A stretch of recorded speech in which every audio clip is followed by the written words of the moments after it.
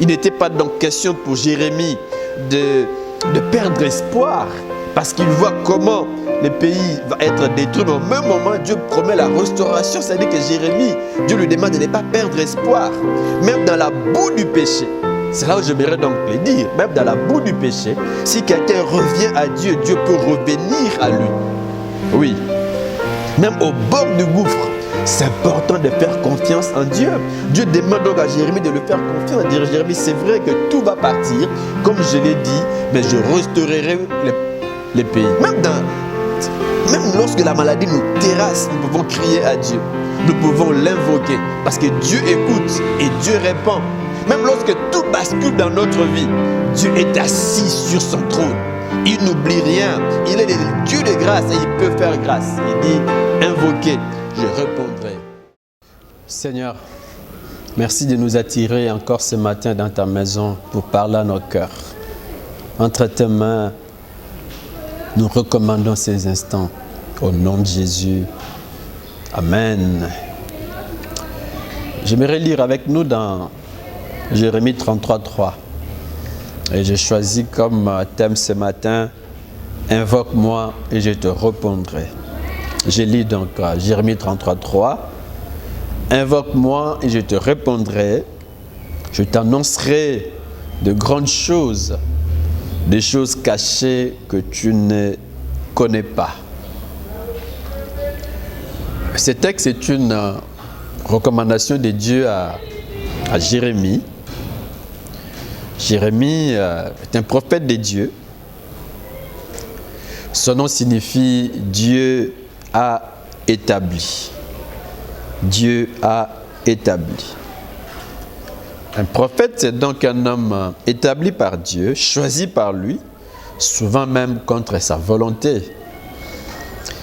Jérémie n'a pas été choisi par les hommes, non, n'a pas été établi par eux, mais par Dieu. Parce que si les hommes vous établissent, vous choisissent, ils peuvent un jour changer d'avis, ouais, et vous rejeter. Mais si c'est Dieu qui vous choisit, peu importe les manœuvres des hommes, Dieu va vous affermir. Il va accomplir librement ses desseins dans votre vie et par votre vie. Un homme choisi par Dieu. Il a exercé son ministère pendant, nous disons, dans un contexte social, politique et religieux très agité. Par rapport au contexte social, on peut noter que le peuple vit les injustices sociales. Oui, mes frères, les injustices sociales. Jérémie note au 22e chapitre de son livre, versets 13 et 17, il parle de celui qui bâtit sa maison malhonnêtement. Construit des immeubles, mais de manière malhonnête. C'est-à-dire qu'il vole de l'argent pour bâtir des maisons. Il parle encore de celui qui fait travailler les autres sans les payer. Il ne les paye pas, non.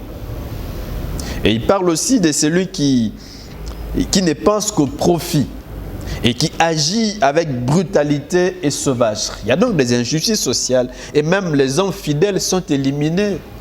On les élimine, on ne veut pas d'eux. Et je suis en train de me demander est-ce que ces choses ne caractérisent-elles pas notre société actuelle, notre société surtout africaine, des injustices sociales? Sur le plan religieux, l'on peut noter que les Israélites sont idolâtres. Ils imitent les cultes païens. Ils ne veulent pas rester attachés à leur Dieu, à leur seul Dieu, mais ils imitent ce que font les autres, les dieux des autres. Ils deviennent des idolâtres. Ils placent même leur confiance, n'est-ce pas, dans les grands, les Égyptiens, plutôt que dans Dieu. Ils sont dans l'immoralité. Sur le plan religieux, l'on peut encore noter qu'ils sont attachés aux prophètes. Ici, je parlerai donc de faux prophètes. Ils sont attachés aux devins, aux songeurs, aux astrologues, aux magiciens qui contredisaient même la parole de Dieu qui sortait de la bouche du vrai prophète de Dieu, Jérémie. Il est seul contre plusieurs faux prophètes qui contredisent la parole de Dieu qui sort de sa bouche. Un contre tous. mais Dieu était avec lui. Le vrai prophète, lui, Jérémie, est persécuté. Son message est rejeté par tous. Le roi rejette son message. Le chef religieux rejette son message. Le peuple rejette Jérémie et son message. On l'appelle le prophète des malheurs. Vous voyez, mes frères, que les hommes ont toujours tendance à écouter plus les mensonges que Dieu, plus le prophète que la voix de Dieu. Même aujourd'hui, les gens sont prêts à tout donner quand il y a une prophétie, à tout donner aux aventuriers, aux prophètes, entre guillemets. Mais ils ne sont pas prêts à obéir à toute la parole de Dieu. S'ils reçoivent une recommandation particulière de Dieu dans sa parole, ils ne veulent pas obéir. Mais c'est un homme qui se dit prophète qui vient. Les hommes sont prêts à obéir, prêts à donner de l'argent, prêts à se dessaisir de certains biens pour le prophète. Et à cause de la prophétie, on aime ces choses. Surtout l'Africain est vraiment superstitieux. Il croit facilement aux mensonges. Quand il s'agit des prophéties, ces gens écoutent de faux prophètes. Dieu a dit par la bouche de Jérémie que l'ennemi viendra et la nation tombera.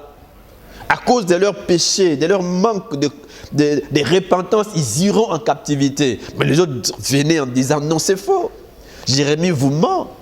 Mais qui disait la vérité? C'était Jérémie. Il proclamait la parole de l'Éternel, un contre tous. Mais il tient bon.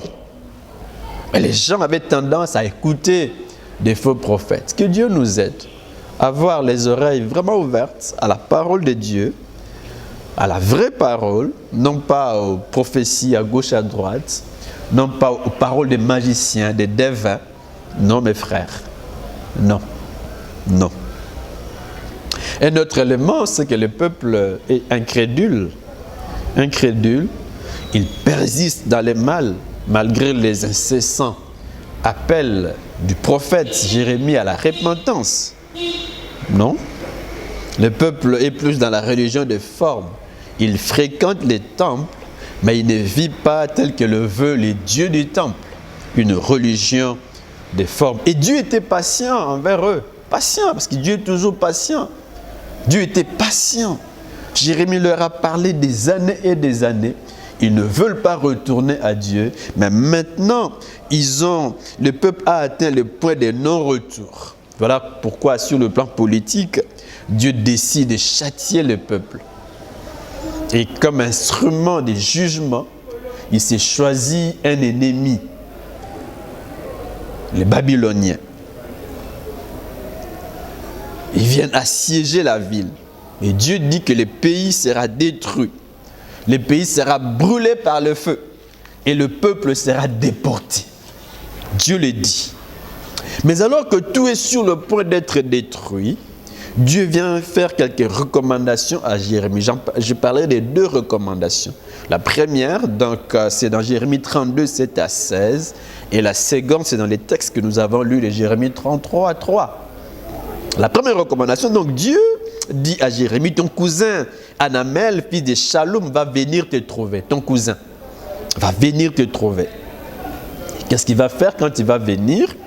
Il va te demander d'acheter les champs qu'il possède à Anatoth. Un champ. En effet, tu es son parent le plus proche.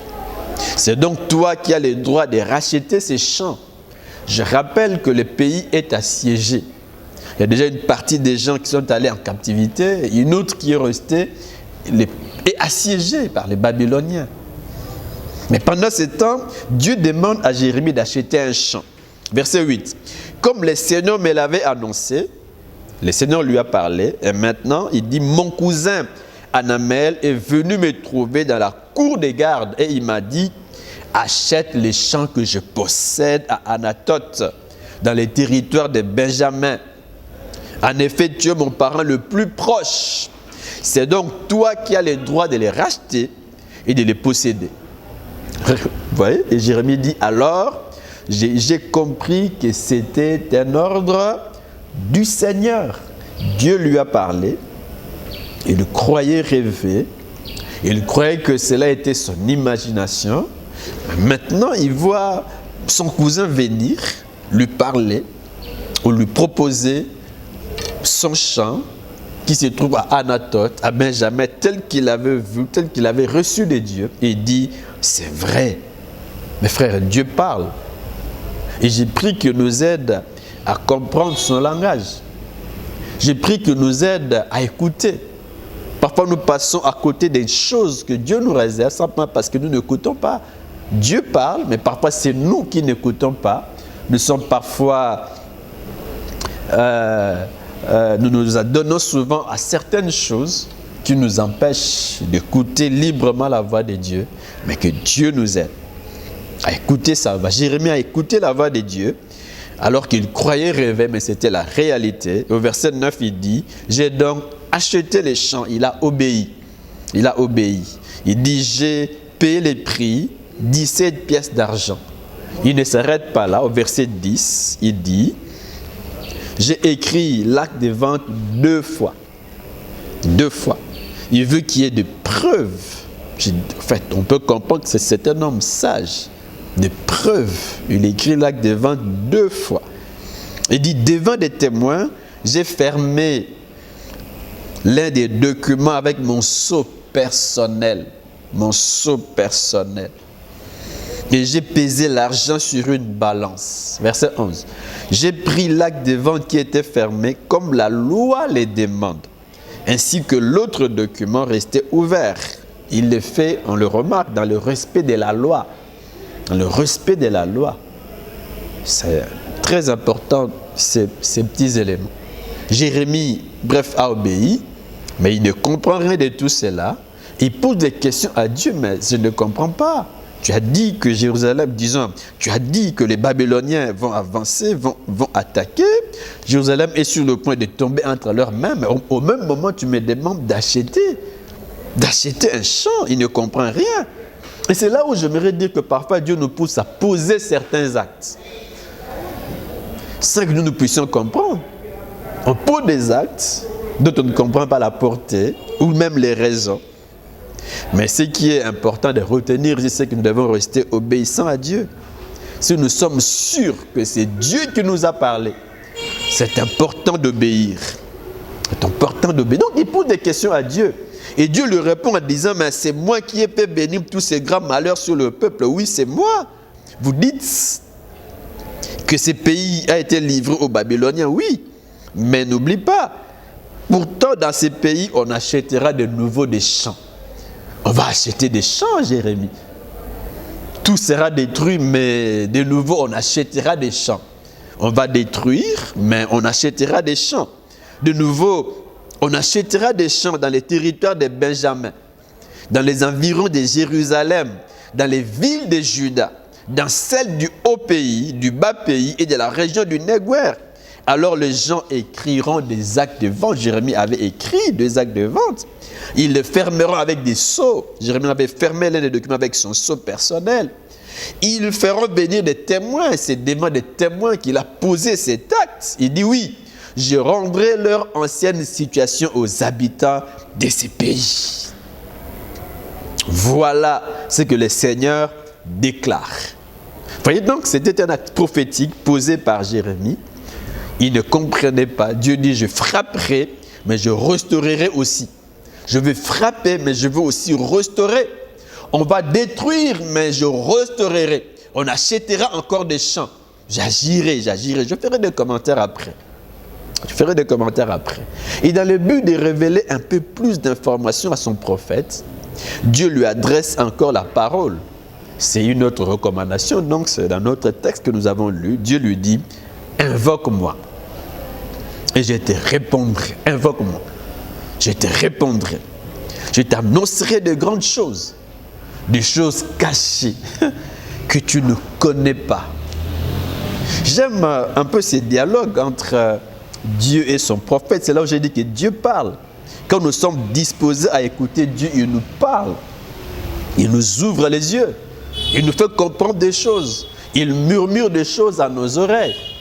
Et même, il peut nous remplir d'une conviction dans nos cœurs. Dieu parle. Dieu parle donc avec son prophète. Il l'invite à prier. Et il promet de répondre à sa prière, même de faire au-delà. Et ce qui est vrai, c'est que Dieu a réellement révélé au prophète des événements liés à l'avenir de sa nation. Même aux choses en rapport, aux vérités en rapport avec la venue du Messie.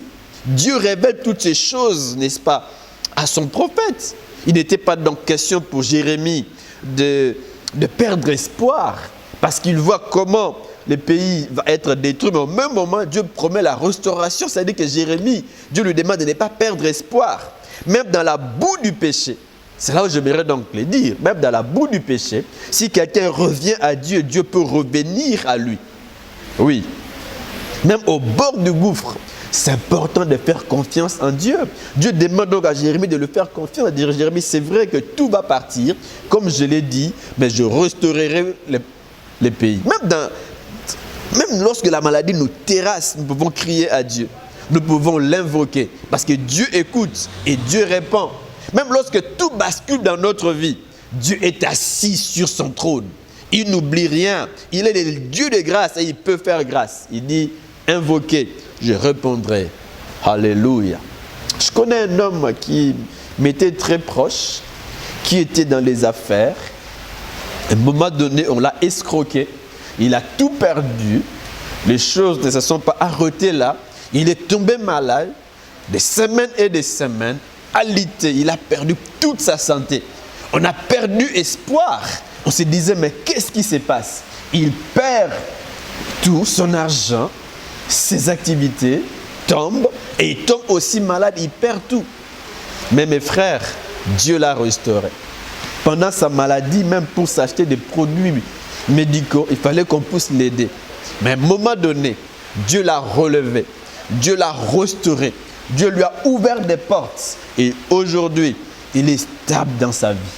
Dieu restaure. Il est le Dieu de grâce, le Dieu de la restauration. Amen. Et il dit à Jérémie, invoque-moi et je te répondrai.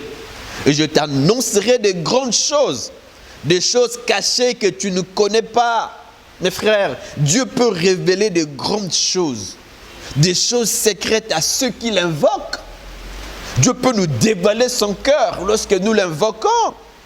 Une autre version dit, appelle-moi et je te répondrai. Je t'apprendrai des grands secrets que tu ne connais pas, des grands secrets, des grands secrets. Mais avant d'aller loin, nous l'avons remarqué dans les textes que nous avons lus précédemment, qu'alors que Dieu parle à Jérémie, où se trouve Jérémie? Il est en prison. Il est en prison. Il est en prison. Est-ce que parce qu'il est en prison, ça signifie que Dieu l'a abandonné? Non. Dieu vient. Dieu parle à son prophète. Il est lié, mais son esprit n'est pas lié. Il est lié, mais ses oreilles ne sont pas liées. Dieu parle. Il est en prison. Est-ce que Dieu le rejette? Non. Est-ce que Dieu le fait sortir de la prison pour prouver à Jérémie qu'il aime? Non. Dieu le laisse en prison, mais Dieu aime son prophète. Dieu visite son prophète. Dieu parle à son prophète.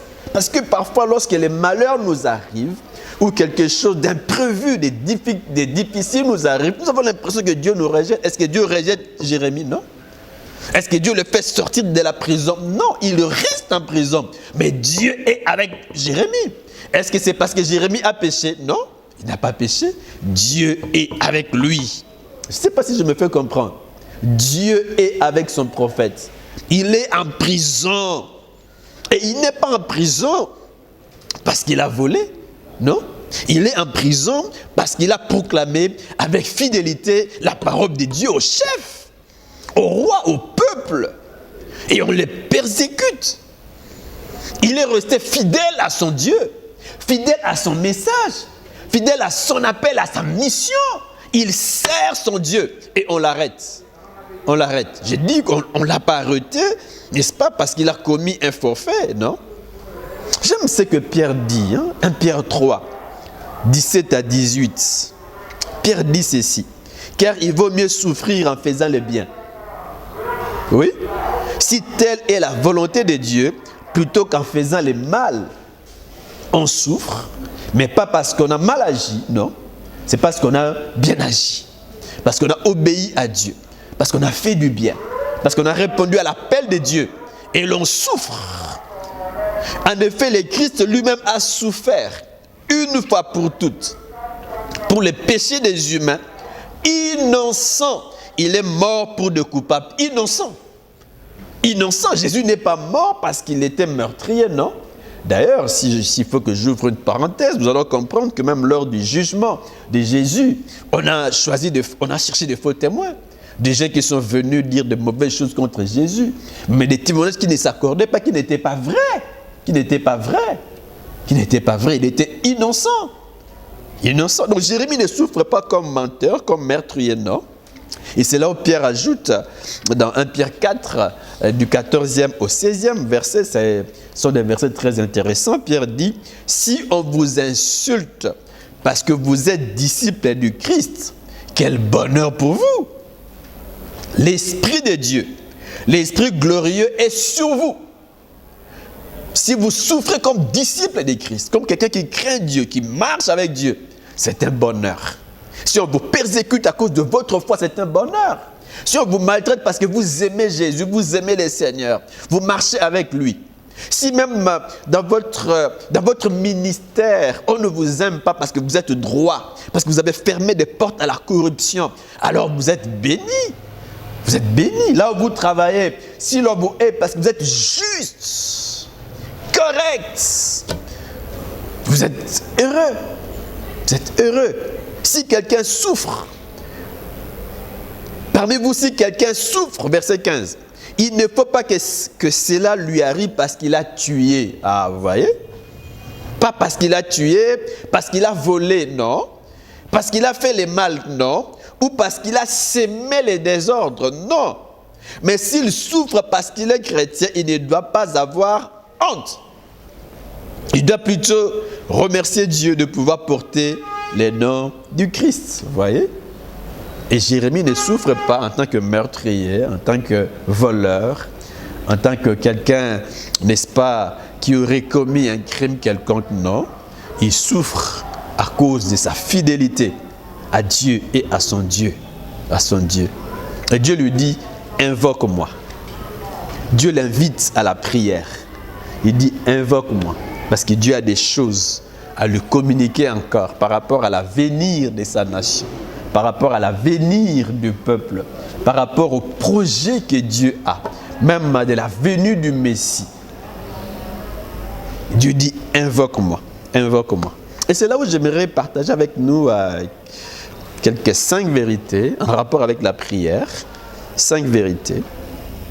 La première, c'est que la prière nous permet d'obtenir des réponses à nos questions, à nos pourquoi, à nos comment, à nos quand. Parce que Jérémie pose des questions à Dieu. Il ne comprend pas ce qui se passe. On dirait que Dieu se contredit, mais Dieu ne se contredit pas. Il pose des actes d'une portée prophétique.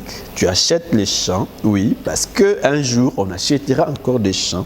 Dieu dit donc, invoque-moi. En dehors de ça, il y a des choses que j'aimerais te révéler, des choses que tu ne connais pas. Et c'est là où j'ai dit que la prière nous permet d'obtenir des réponses à nos questions. Parce que souvent, nous nous posons des questions, Seigneur, quand? Quand? Quand? Jusqu'à quand? Seigneur, pourquoi? C'est dans la prière que Dieu répond. Personnellement, j'ai des cahiers de prière. Plusieurs cahiers que je garde jusqu'à aujourd'hui. Plusieurs. Des cahiers de prière. Et si vous lisez dans ces cahiers, vous verrez des questions, plusieurs questions. Seigneur, pourquoi? Pourquoi ça ne marche pas? Pourquoi telles portes s'ouvrent? Pourquoi? Pourquoi ici on ne m'accepte pas? Pourquoi ça traîne? Je ne vais pas donner des détails, mais de pourquoi et de comment, de quand. Mais je comprends, mes frères, que Dieu fait toutes choses belles en son temps. Si nous demeurons dans sa présence, dans la prière, nous continuons à l'invoquer, nous continuons à l'écouter, à marcher avec lui. En son temps, Dieu agit. En son temps, il ouvre des portes. Alléluia, Dieu est magnifique. Donc nous nous posons souvent ce genre de questions, mais c'est dans la prière que nous pouvons obtenir des réponses. C'est dans la prière que Dieu répond.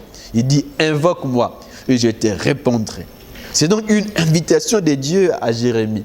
Il lui adresse une invitation. Jérémie, viens m'invoquer. Et si hier, Dieu a, n'est-ce pas, adressé son invitation à Jérémie, aujourd'hui, il adresse à nous. et nous dit, viens, viens, viens.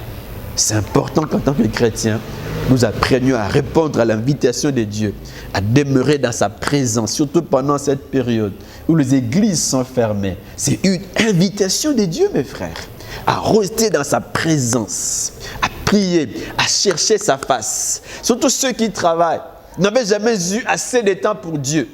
Pas assez de temps pour votre femme, pour vos enfants. Restez avec vos enfants. Restez avec, n'est-ce pas, votre femme. Restez en famille. Passez un peu plus de temps. Renforcez vos relations ensemble. Et passez aussi du temps avec Dieu. Une invitation.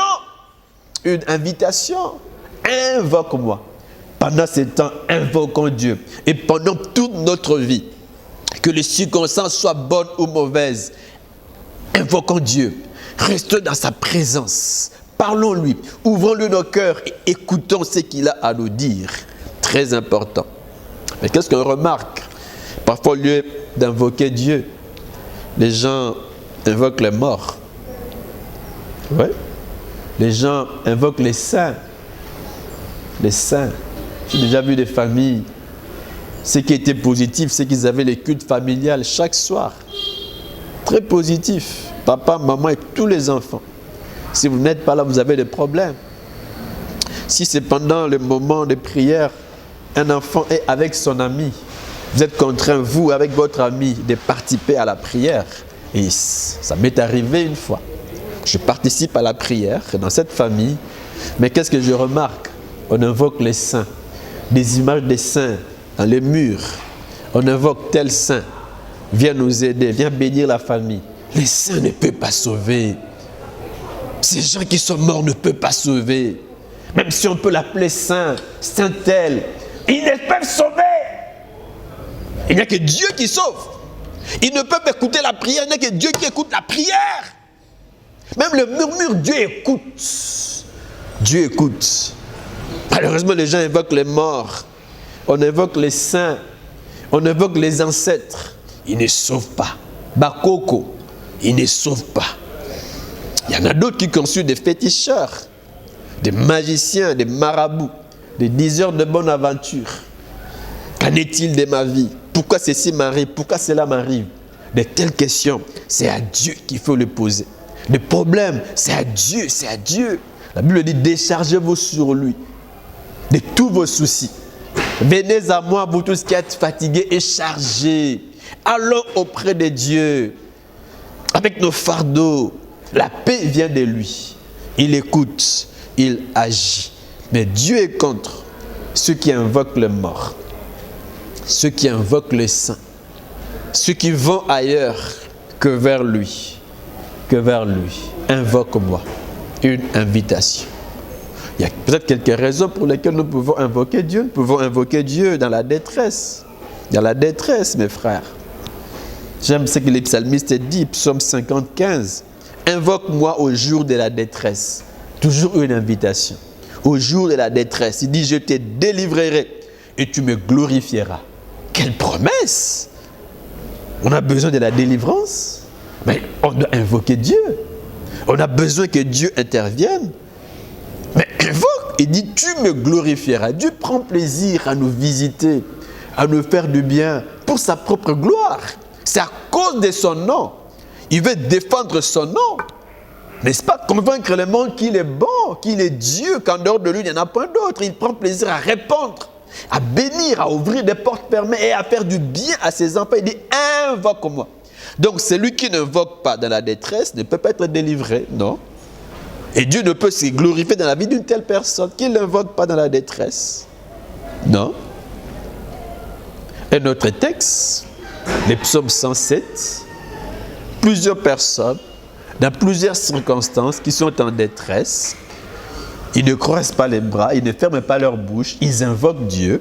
Au verset 6, la Bible dit, 6 et 7, dans leur détresse, quand il fait, ils crièrent à l'Éternel.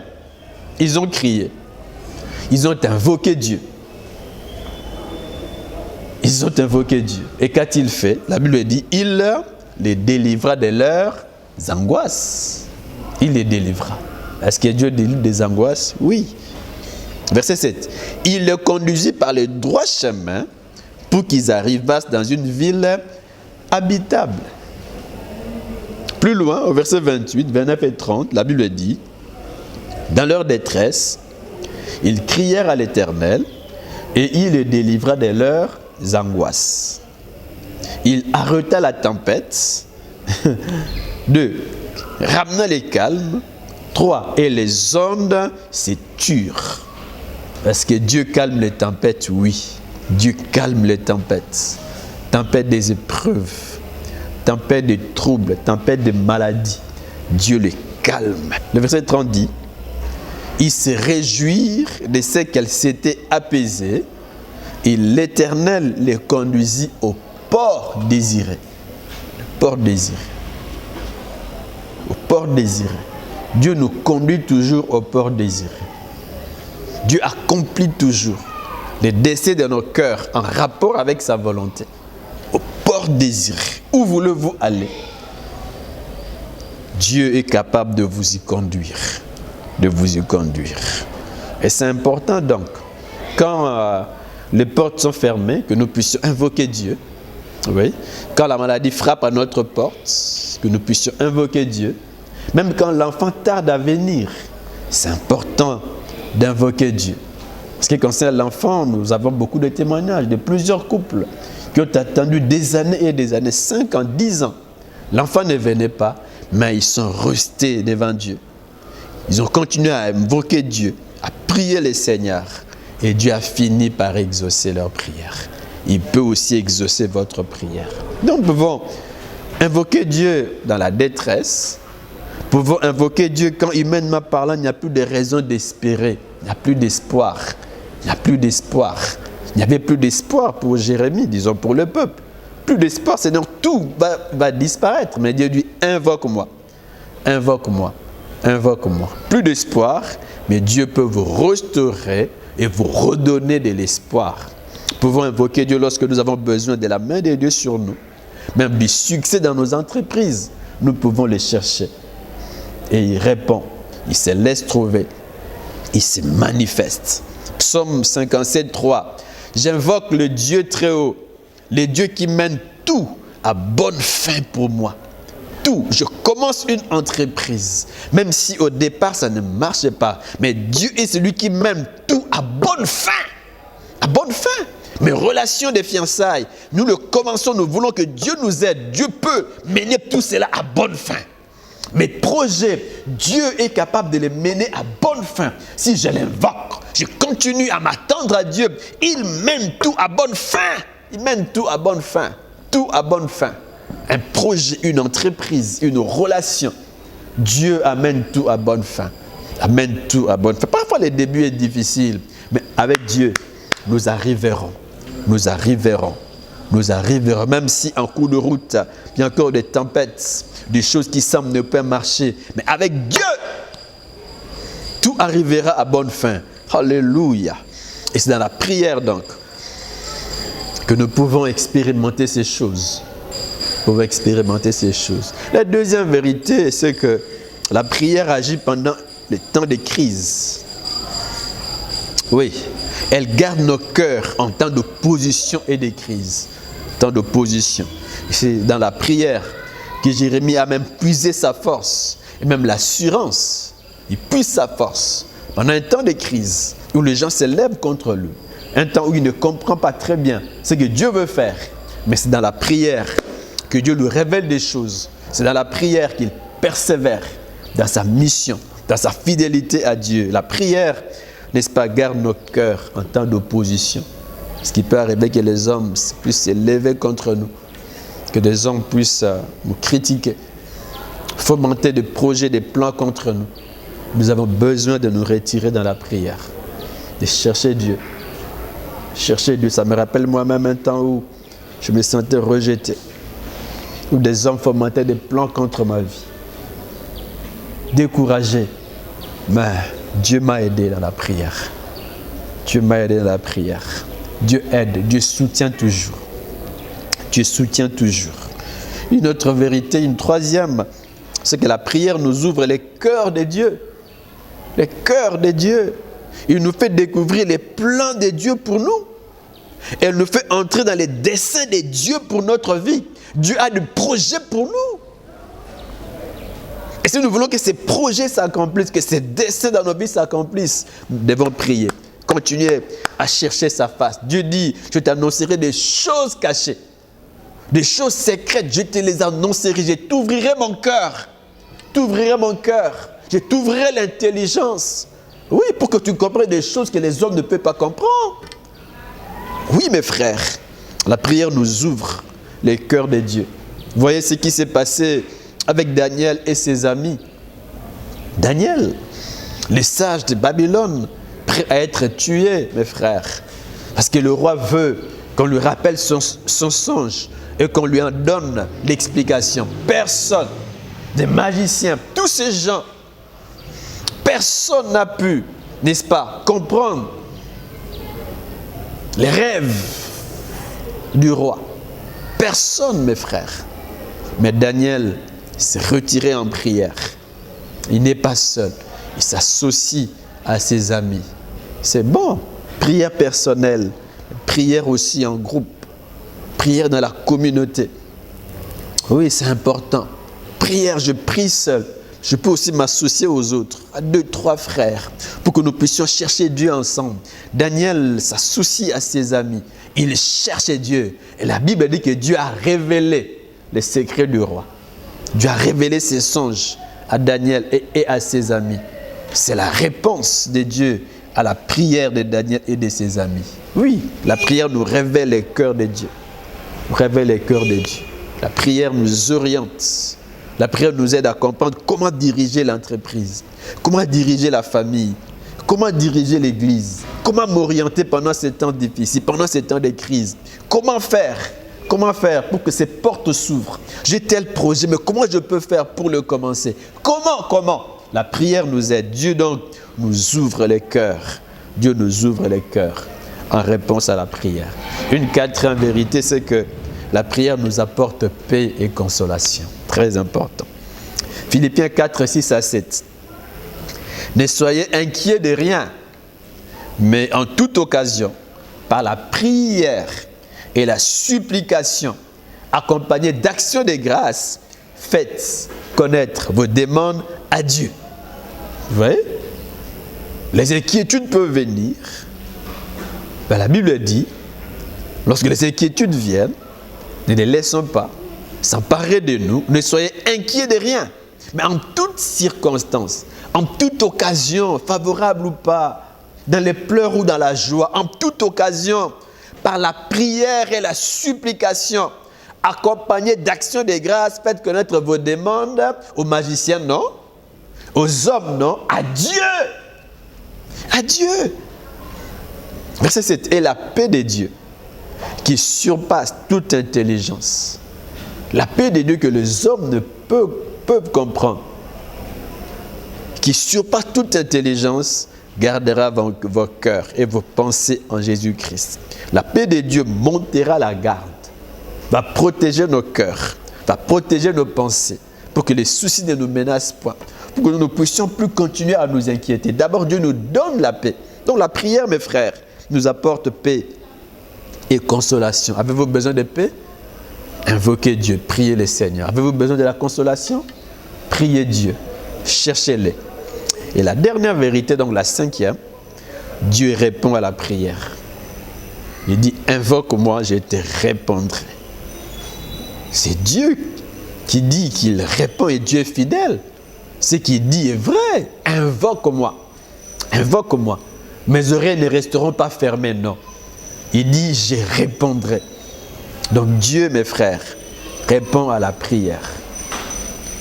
Comment Dieu répond-il à la prière? Quand Dieu peut-il répondre? Mes frères, tout dépend de lui. Ce que nous savons, et vous le savez, mes frères, c'est que Dieu peut dire, pas maintenant, attends. C'est vrai, j'écoutais ta prière, mais attends. Attends, pas maintenant. Ces projets-là, non, pas maintenant. Attends encore, ce n'est pas encore le moment. Dieu peut le dire. Mais est-ce que nous écoutons?